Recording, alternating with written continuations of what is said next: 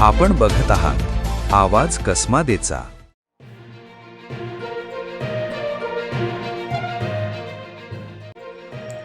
देवळा तालुक्यातील साक्री शिर्डी राष्ट्रीय महामार्गावरील भावडे फाटा परिसरात शनिवारी काही तासांच्या अंतराने एसटी बसचा दुसरा अपघात घडल्याने नागरिकांमध्ये भीतीचे वातावरण निर्माण झाले आहे। सुदैवाने या अपघातात कोणतीही जीवितहानी झाली नसून काही प्रवाशांना किरकोळ दुखापत झाली आहे।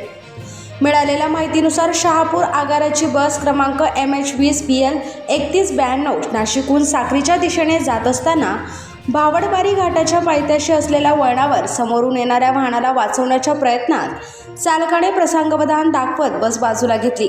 मात्र चालकाचे नियंत्रण सुटल्याने बस रस्त्यालगत असलेल्या दादाजी भांबरे यांच्या शेतात जाऊन थांबली। या अपघातात बसमधील काही प्रवाशांना किरकोळ स्वरूपाच्या दुखापती झाल्या असून कोणतीही गंभीर जखम अथवा जीवितहानी झाली नाही। चालकाच्या सतर्कतेमुळे मोठा अनर्थ टळल्याची भावना प्रवाशांनी व्यक्त केली आहे। विशेष म्हणजे याच भावडे फाटा परिसरात शनिवारी सकाळी सुमारे 9 वाजण्याच्या सुमारास नाशिक नंदुरबार एसटी बसचा अपघात झाला होता। या दुर्घटनेत रस्ता ओलांडत असलेल्या एका नागरिकाचा जागीच मृत्यू झाला होता। त्यानंतर अवघ्या काही तासातच त्याच परिसरात दुसरा एसटी अपघात घडल्याने नागरिकांमध्ये चिंता वाढली आहे। स्थानिकांच्या म्हणण्यानुसार राष्ट्रीय महामार्गाचे काँक्रिटीकरण झाल्यानंतर या भागात वेगावर नियंत्रण ठेवण्यासाठी पुरेशी उपाययोजना करण्यात आलेली नाही।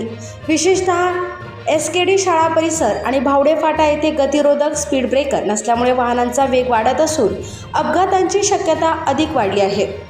भावडे फाटा आणि भाडबारी घाट परिसरात वाढती वाहतूक, तीव्र वळणे आणि वेगवान वाहने यामुळे अपघाताचे प्रमाण वाढत असल्याने संबंधित प्रशासनाने तातडीने सुरक्षेच्या उपाययोजना कराव्यात अशी मागणी स्थानिक नागरिकांकडून करण्यात येत आहे।